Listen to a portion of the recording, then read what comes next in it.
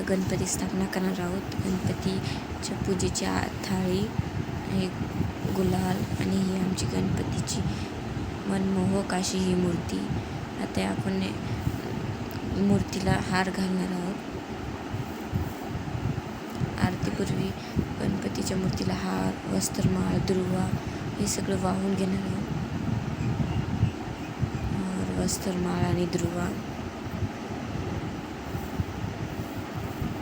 आता ही मनमोहक अशी गणपती बाप्पाची मूर्ती वस्त्रमाळ आणि हारानं सगळी सजावट छान दिसत आहे. आणि आता 5 फळं आपण वाहून घेणार आहोत. केळीचं फूल आणि गणपती बाप्पाचं प्रसाद. हे कलशात आपण रुपया टाकणार आहोत आणि कलशाला नागिनीची पानं जोडणार आहोत. आता हे कलश आपण ठेवणार आहोत. हे बघा, अशी नागिनीची अशी 5 पानं आपण लावली आहेत. आता तिच्यावर नारळ ठेवून घेणार आहोत.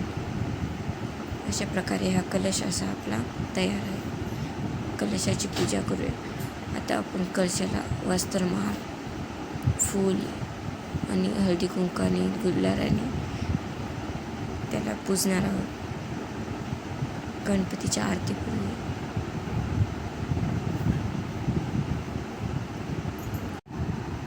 अशी आपण कलशाची पूजा करून घेतलेली आहे. आता आपण कलशाला हळद कुंकू वाहून घेतला आहे.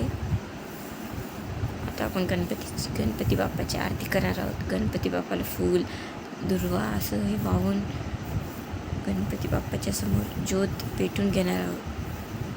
आणि हे बघा, गणपतीची सजावट आम्ही अशी केली आहे. आणि ही रांगोळी, गणपतीचा नैवेद्य.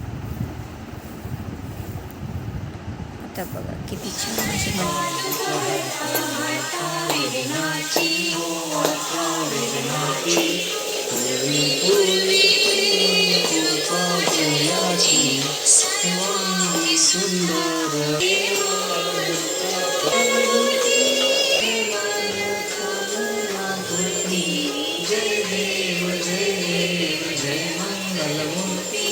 श्री मंगलमूर्ती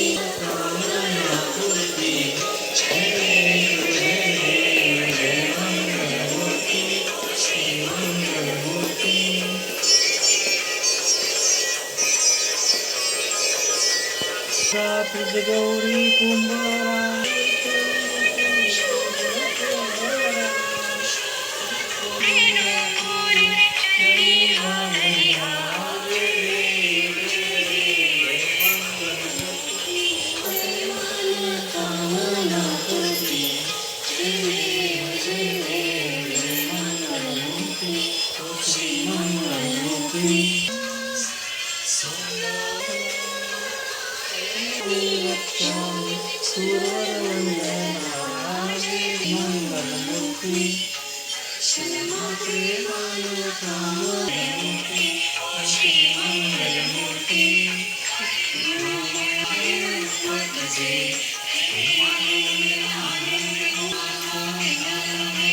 तमेव बन्धु सखा तमेव समर्पया अच्युत